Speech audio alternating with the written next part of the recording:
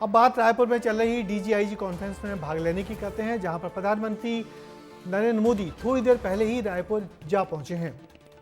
देश की सुरक्षा के सवालों पर चर्चा करने 3 दिन की कॉन्फ्रेंस आज से शुरू हुई है, जिसका उद्घाटन गृह मंत्री अमित शाह ने आज किया है। कल पीएम मोदी इस बैठक में शिरकत करेंगे और देश की सुरक्षा के हालातों की समीक्षा करेंगे। इस बहुत महत्वपूर्ण बैठक को लेकर देखिए हमारी ये खास रिपोर्ट। पहले अमित शाह, फिर पीएम मोदी।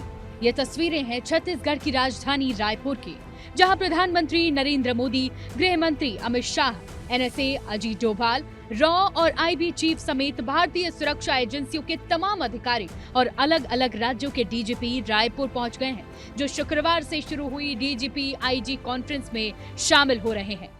पीएम मोदी शनिवार को डीजीपी आईजी कॉन्फ्रेंस में शामिल होंगे, जिसमें विकसित भारत के अनुरूप सुरक्षित भारत की थीम पर मंथन शुरू हो चुका है।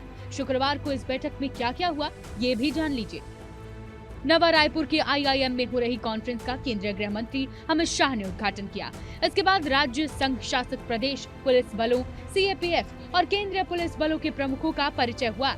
गृह मंत्री अमित शाह ने देश के 3 सर्वश्रेष्ठ पुलिस थानों को पुरस्कृत किया और 10 सर्वश्रेष्ठ पुलिस थानों की घोषणा की।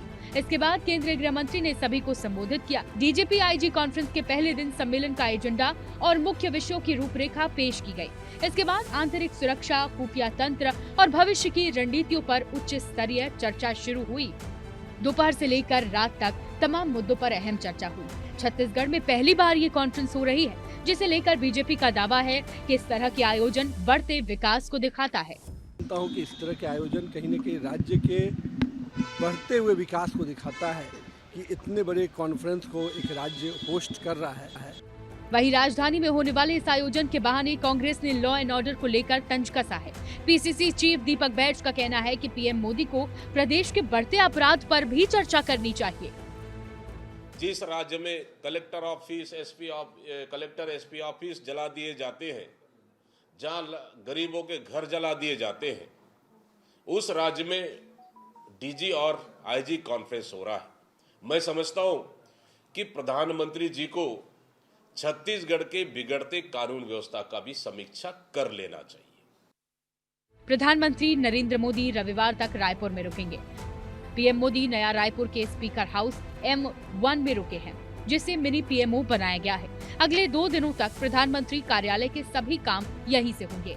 स्पीकर हाउस में 5 बेडरूम अलग से तैयार किए गए हैं। इसके अलावा 2 ड्राइंग रूम भी खास तौर पर बनाए गए हैं। इसके अलावा पीएम मोदी के सभी ओएसडी के लिए 6 ओएसडी रूम भी तैयार किए गए हैं। किसी भी प्रकार की बैठक के लिए एक कॉन्फ्रेंस हॉल भी बनाया गया है। वहीं एक मिनिस्ट्री चैम्बर भी बनाया गया है।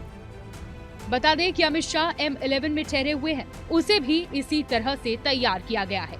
ब्यूरो रिपोर्ट, विस्तार न्यूज।